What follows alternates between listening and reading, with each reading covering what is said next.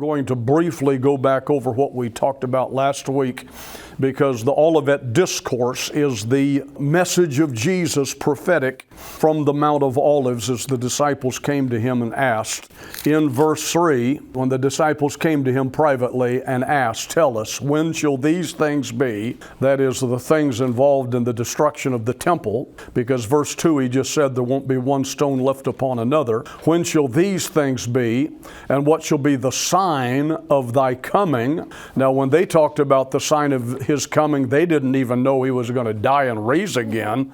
So how could they know that he was actually coming back, returning? When they talked about the sign of your coming, it's the Greek word parousia, the sign of the revealing of yourself, or of the unveiling that you are the King of Kings. In other words, when are you going to set up your kingdom? And then when he said in third, and when will be the end of the world, he was not talking about the end of the world as we know it.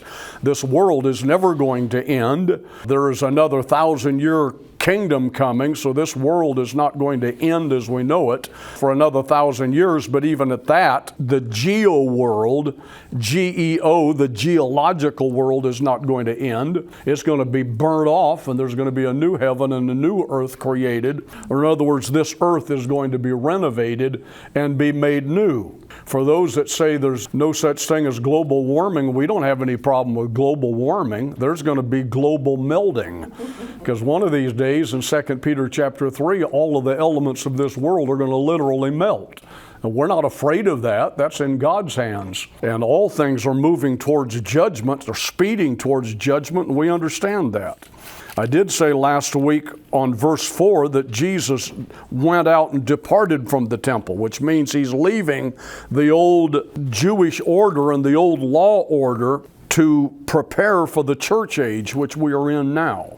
Then when he starts to answer the questions about the end of the world, he is now answering on what is going to happen at the end of the church age. What is the church age? Somebody help me real quick. Versus law, or versus millennium. What is church age? Church age begins with the Holy Spirit, Pentecost. And ends when? At Christ's return. Okay, so the church age is this parenthetical period of time that's been slipped in at the day of Pentecost, and will end with Daniel's 70th week, when Jesus returns again, and when the final move away from the times of the Gentiles is fulfilled, and God looks back to the promises and the covenants of national Israel. So in chapter 24, we are paralleling the book of Revelation now with the Olivet Discourse. And let's just go through that real quickly, remembering from last week. As he begins to give us the signs of the times in verse 4, the first thing that he speaks of is deception, right? Yeah. Take heed that no man deceive you, for many shall come in my name, saying, I am what? Christos. I am anointed, and shall deceive many. It's not just false messiahs, it's false anointings. And this is what? This is deception. And when you get to Revelation chapter 6, if you had two Bibles, it would be easier. But when you open Revelation chapter 6 and the first seal is open, I saw as it were a white horse. That white horse is a deception horse. So Matthew 24 gives us the first sign being deception, and Revelation chapter 6, the first sign is a false messiah or a deceiver. The second thing there in Matthew is what? Is then war. Verse 6, you shall hear of wars and rumors of wars. See that you be not troubled, for all these things must come to pass, but the end is not yet. For nation shall rise against nation, and kingdom against kingdom. So the next thing, the next seal in Revelation chapter 6 is the red seal. So following the white horse, the first seal is deception, then comes war, the red seal, and that's the next thing we see in Revelation chapter 6. So anywhere where there is deception, the next thing that follows on its heels is what? War. That's the way it happened with the deceiver Hitler. That's the way it happened with the deceiver Mao or the deceiver Lenin or whoever comes in with great promises and great things that they're going to do, and everybody falls for them. Then the next thing happens, you're in the middle of a world war or whatever. And then the next thing after in Matthew 24, kingdom against kingdom, but then it says famines. When you're in Revelation chapter 6, the next seal opened is a black horse. The black horse rider has scales in his hands, and he talks about famine. So I'm finding it very interesting. This is not something that I've listened to a YouTube sermon on. This is just something that jumped out at me one day, that the deception is the white horse, the war is the red horse, the famine is the black horse, and then after famine in Matthew 24 and verse 7, it says pestilences. Pestilences, or bio-warfare, or biological war, or COVID-manufactured diseases, or whatever's happening, relates to the fourth seal, which is what? The pale horse, or the pale horse whose rider's name was Death, which literally is plagues. So we have deception, war, famine, plagues, and in all war, those things happen in that procession. Because wherever there's war, what happens? Famine. Wherever there's famine, what happens? Cholera outbreaks and all kinds of devastating diseases. And then we're back still staying in Matthew 24. The next thing after that is earthquakes in divers places. Anybody know what divers places is? Different place? I thought. We get the word different or diverse from that. Not like the lady that said Jesus is coming back because an earthquake broke out right off the coast of Greece, out in divers places. So that's not what that meant. Okay, a new translation will say differing, different, or diverse places. So it means what? They're happening all over the globe. It's happening in the Mediterranean, but it's also happening in the Soviet Union. It's also happening down at the tip of Chile in it. And we're seeing this outbreak. But when you get to Revelation, if anybody's jumping back and forth there, when you get to Revelation at the end of chapter 6, then you're seeing earthquakes. Because it says in verse 12, when he opened the sixth seal, and lo, there was a great earthquake. And the sun became black as sackcloth of hair, and the moon became as blood. This is what would happen in the stratosphere if there was nuclear exchange. And the stars of heaven fell unto the earth. This could be speaking of things that visibly in John's vision, arcing and falling to the earth. This is an exchange of ICBM missiles, very likely. Even as a fig tree casts her untimely figs when she is shaken of a mighty wind. So there is explosions and there is outbursts of catastrophic winds that are taking place as these stars are falling.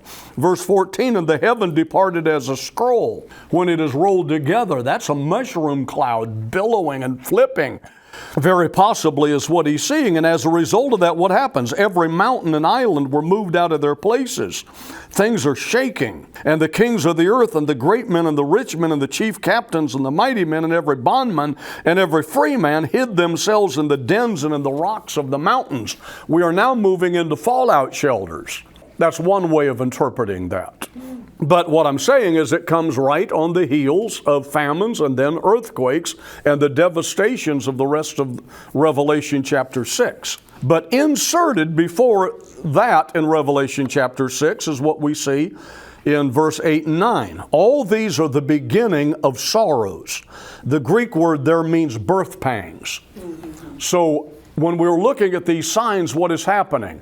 Just as birth pangs get closer and closer together, when you see these things start to now build upon each other and get closer and closer together, instead of hearing about one in 1912 and then another in 1940 and another in 1960, you are now in the generation we're in seeing these things bam, bam, bam, bam, bam. And every news headline is bringing all of these birth pangs and the contractions closer to where you know something is about to be born. It's the kingdom age.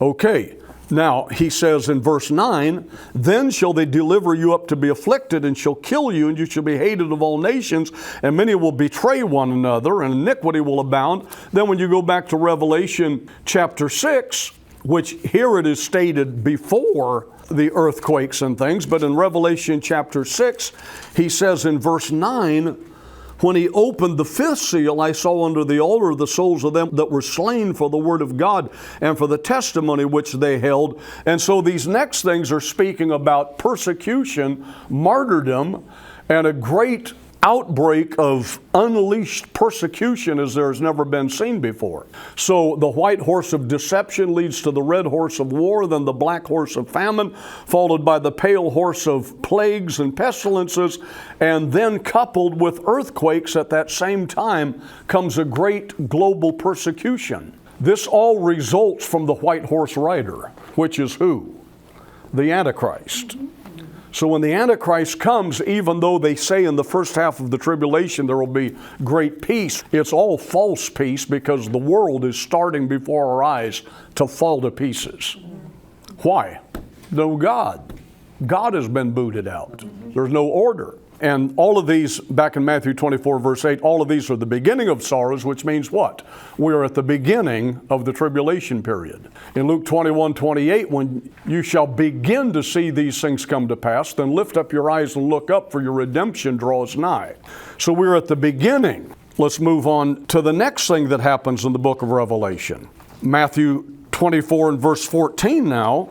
This gospel of the kingdom shall be preached in all the world for a witness to all nations, and then the end shall come. What happens right after Revelation chapter 6? Then you move into chapter 7 and you see the sealing of the 144,000 evangelists that go forth and reach people all over the globe, and to where it says in Revelation 7 and verse 14, who are these and where did they get their white robes? And it says, these are they that have washed their robes in the blood of the Lamb and have come out of great tribulation.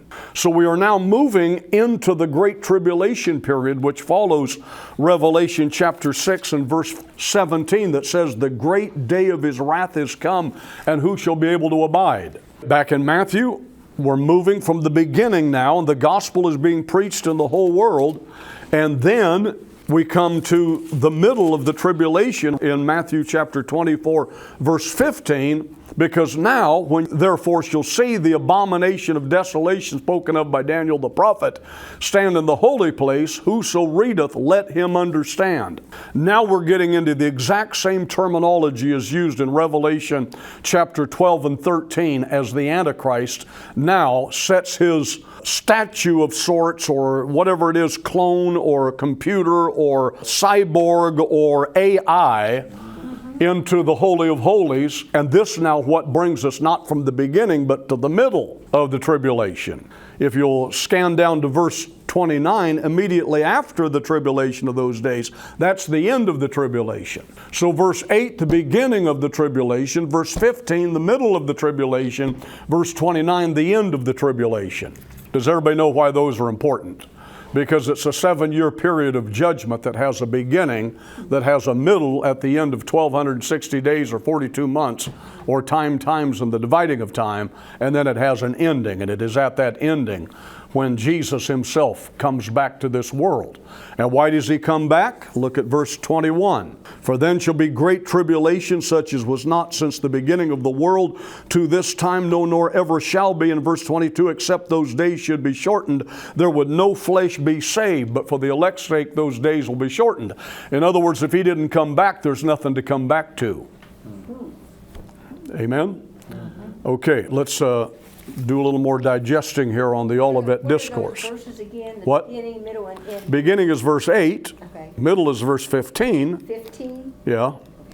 End is verse 29. And the verses leading up to both of those would all be what's happening during that time frame. Last week I closed by looking at the word then in Matthew 24. So let's go back through that again. Verse 9, then shall they deliver you up. Verse 10, then shall many be offended. Verse 14, the gospel will be preached in all the world, then the end shall come. Verse 16, then let them which be in Judea flee to the mountains. Verse 21, then shall be great tribulation such as was not. Verse 23, then if any man shall say to you, lo, here is Christ. Verse 30, then shall appear the sign of the coming of the Son of Man. So what are we looking at here? Then.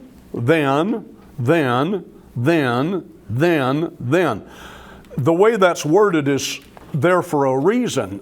It means that this is a chronology. This happens, then. And when that happens, then. And when that happens, then. And we looked at that last week. I hope you caught that, because that lets me know that Jesus has everything in order, and he is stating that when this happens, then that's going to happen. And it lets us know that the events of the tribulation period are not just random, haphazard, who knows what's going to happen and how bad it's going to get or how good it's going to get. It is all under the divine auspices and authority of God himself. And Jesus the prophet here, not Jesus the pastor or evangelist, Jesus the prophet is declaring exactly how things are going to happen, when and where and why. Now, what do you mean about where? Is this talking about the U.S.? This will affect all nations of the world because the gospel will be preached in all the world. But go back and look at chapter 24, verse 15 now. When you see these things, where?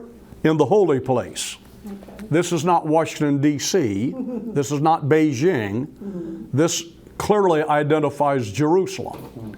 First of all, Jesus declares that Daniel the prophet is a legitimate voice, right? Some people think Daniel's just a bunch of hokey-pokey stories about fourth man in the fire. And no, this is Jesus declaring that you can bank on Daniel being true prophecy. And he said the abomination of desolation, which we'll look at another point, standing where? In the holy place. So that means one of two things. Some would try to say that the temple will never be rebuilt, that the holy place is the human body, the temple of the Holy Ghost, and the Antichrist will stand in a human body declaring himself to be God. I don't believe that's what it's saying. I believe that the holy place that Daniel is speaking of is in Jerusalem, and it would be the Holy of Holies of a rebuilt temple.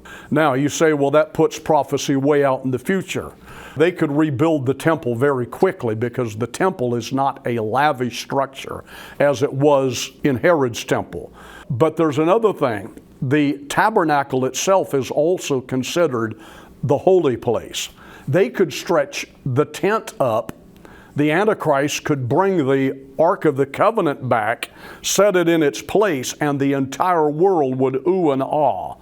That Ark of the Covenant is somewhere, and it's going to be restored. Most would think it's going to be restored by the Jewish people themselves, but what if the Antichrist were the one, along with the Jewish people, to bring it out of hiding and place it in a restored tabernacle while the temple's ready to be built? That could be done in 24 hours.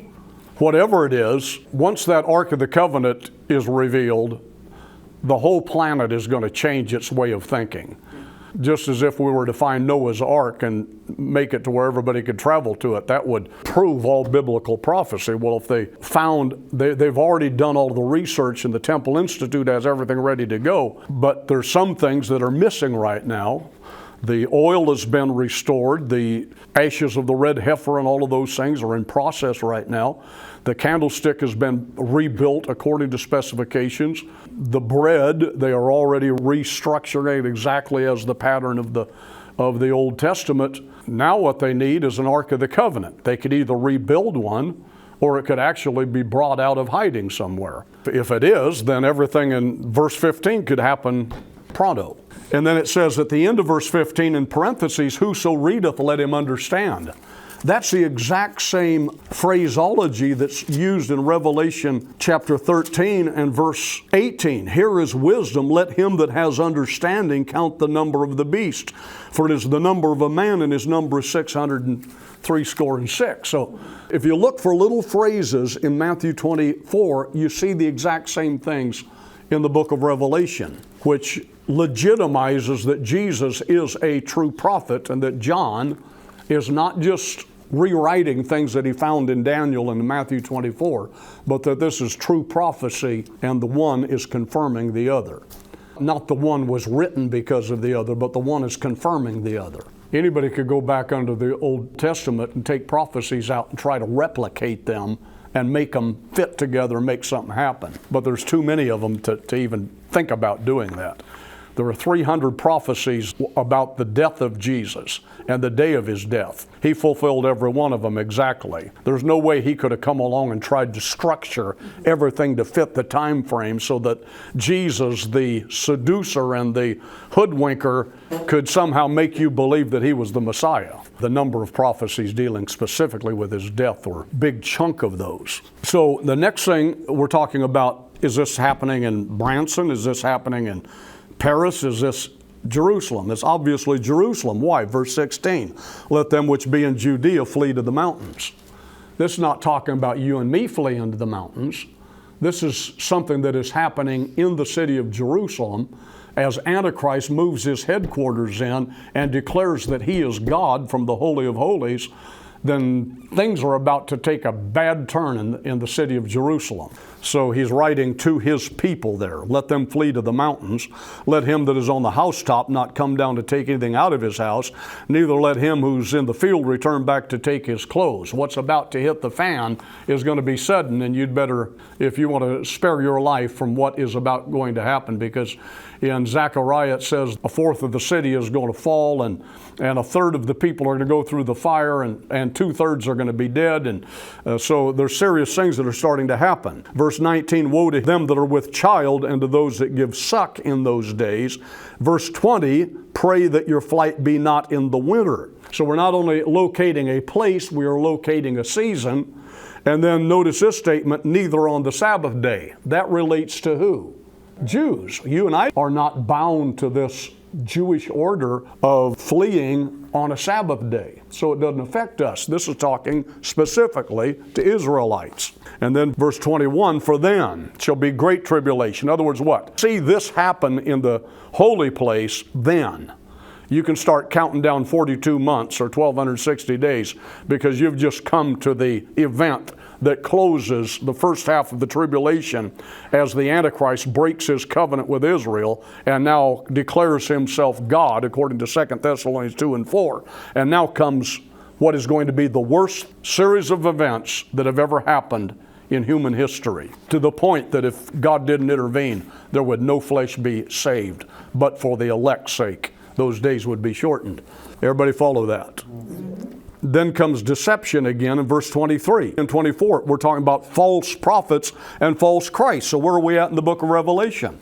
It's right then that the false prophet, the second beast with two horns that's like a lamb, surfaces and starts to demand that all men take the mark. So these things in the 24th chapter parallel exactly with the book of Revelation.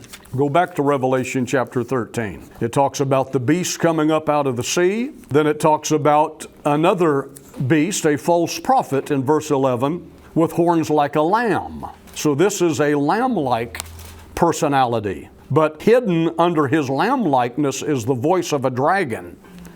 And he exercises all the power of the first beast and causes the earth and them that dwell therein to worship the beast. So this personality is there not political or there to start wars and govern territories. This person is there for the sole purpose of aiming worship at the Antichrist. Satan's whole plan has been to what? To be worshiped. And he's found a man that he can possess now. Some think that this deadly wound means that he actually dies, that Satan himself now possesses him, and either by a false, and this is going to be a fake miracle, because what we're talking about now in Matthew 24 is don't let anybody deceive you. For false prophets and false Christ will show such wonders that if it's possible, they'll deceive even the very elect. So it's very possible at this time that there is a fake resurrection of the Antichrist, just like Jesus truly was resurrected, and the whole world now follows the false prophet in declaring, look what God has done. It is at that point, it says in verse 13, he does great wonders so that he makes fire come down from heaven on earth in the sight of men. Is that smoke and mirrors? Probably. And deceives them that dwell on the earth by the means of those miracles which he had the power to do in the sight of the beast, saying to them that dwell on the earth, that they should make an image to the beast, which had the wound by a sword and did live, and he had power to give life unto the image of the beast, that the image of the beast should both speak and cause that as many as would not worship the image of the beast should be killed. Now, how is this image, which may be an exact replica of the Antichrist himself, which could be AI, could be cloning, could be any number of things, but it is given breath. This is the hard part for us to understand here, that we now have something that is both human and mechanical. This thing has the capacity to require every person to take this mark. How is that? This thing has to have computer capability and AI capability to be able to pull off this unbelievable feat of seeing to it that every person bows to this entity. When you go back into Daniel, it's the same thing as a 60 cubit tall, 6 cubit wide gold statue.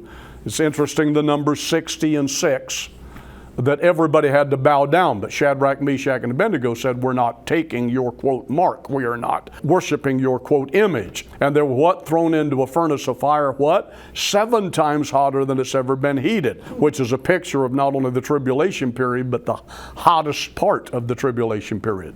But what happened? In the midst of it, a fourth man stood up. So we are seeing that it will be possible for people to refuse the damning mark and yet survive the tribulation period no matter how hot it gets. Does that make sense? So we are now what? We are in the 13th chapter, moving into the 14th chapter of Revelation.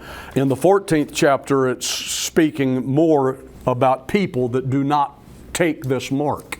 And then when you move into 15, 16, 17, then you're seeing the events of the trumpet judgments and the vial judgments which unleash the last half of the tribulation period, which are going to take well over 1 billion lives, perhaps 2 billion lives. So this whole world is coming under judgment. In Noah's day, the waters came up from below and came down from above. This is going to be a judgment that is birthed by hell, but also God himself steps into the ring and sends his judgment. So I don't want to be in the crosshairs of what's coming this way and that way at that day. Well, if you don't want to be in the crosshairs, you need to be raptured out. Where do you think the saints are? That is a part that I am not getting in there yet, but we know the rapture will be pre-wrath, whether at the beginning, because at the beginning he says, when these things begin to come to pass, then lift up your heads and look up for your redemption. Chapter 4. What? Right, come up here. I'm not putting it there because these things in Matthew 24 happen in contractions before they get to all these are the beginning of sorrows. If we are here when there is a peace treaty signed allowing the building of the temple and Jewish, then we will actually at that time be in tribulation. If we are out of here before that happens, then we miss the tribulation completely. But there is nowhere in the Bible that it says that it's going to happen prior to that. If you go by a door opened in Revelation chapter 4, that is only conjecture at its best. There's nothing stating there that this is the rapture. So when you carefully laid out the beginning of the tribulation, the middle part of the tribulation, and the end of the tribulation, when we reference a pre-trib viewpoint or a mid-trib viewpoint or a post-trib midpoint, those are still just viewpoints. Exactly. But I was just trying to get a feel for where you were at. It's easy to run down the line of events that happen. We taught on the tribulation period a week ago Sunday, and we went through what it meant to the Matthew 24, what it meant in Daniel, what it meant in Revelation, what it meant, and then what it meant to Paul. And when you read through Paul's writings in Thessalonians, then you get a complete picture that he has delivered us from the wrath to come, that God has not appointed us to wrath, Correct. that when these things begin to say peace and safety, then sudden destruction. But you are not of the night that day should overtake you as a thief. So all of those would indicate that for sure we are not going to be in a time of wrath. Yeah, so when people are asking me about this, I say, whatever your outline is, if you think of 4 as being the rapture, right? And you call that pre-trib, I don't have to worry about that. I can do whatever I want. I'm saved, and Jesus is going to save me before all that happens. In fact, that won't even happen until the temple's built. So they got a false sense of security. Yeah. And I said, what if your theology is off? Yeah. And you find that you're alive and the Antichrist is coming forward? Then what happens to your faith? Is it going to crash and burn and be shipwrecked? So you got to be open that you may not really understand how the scriptures lay out. And this is where your faith is going to be tested. So don't be so much dogma in your thinking now that God can't come a little bit later and the church can't go through some suffering. So if we're not appointed unto wrath, we may see the wrath coming. Yeah. We may see the persecution of saints and thinking, God, we're closer than ever. Well, what are you delaying for? Get right with God now. Yeah. You know? But if you got that midpoint, you're like, no, I'm preparing. I've got an underground bunker. I've got arms up the wazoo, and I'm ready to fight, the Antichrist. So you got people of Christian that are on these different mindsets. And I always say to them, listen, wherever your mindset is, you can't afford to think that you know how it all's going down. The disciples and everyone in that era, they thought Jesus was coming back in his lifetime, in their lifetime. Yeah. So what makes you think you're so smart that you can relax and think of this? I was going to say, just because we're not appointed to wrath doesn't mean that we're not going to see some wrath. We may not be appointed to it. We're not appointed to be sick, but some of us get sick sometimes. We're not appointed to a lot of things, but doesn't mean that we're not going to walk through some things. So, I just say we need to be ready, no matter what. If you're ready at the beginning, then the rest of it's covered. So you need to be ready at the beginning. But 2 Thessalonians 2 and verse 2 says, not to be shaken of mind regarding the gathering together unto him, which is the rapture. Neither by spirit, nor by word, nor by letter from us, as though the day of Christ is at hand. Let no man deceive you by any means, for that day shall not come, except there come a falling away first, and that man of sin be revealed, the son of perdition.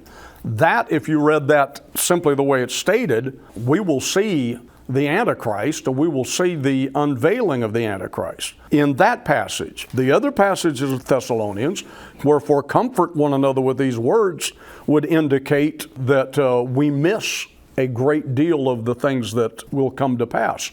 But once again, I was raised to where I could preach the pre-tribulation rapture probably better than any of my contemporaries.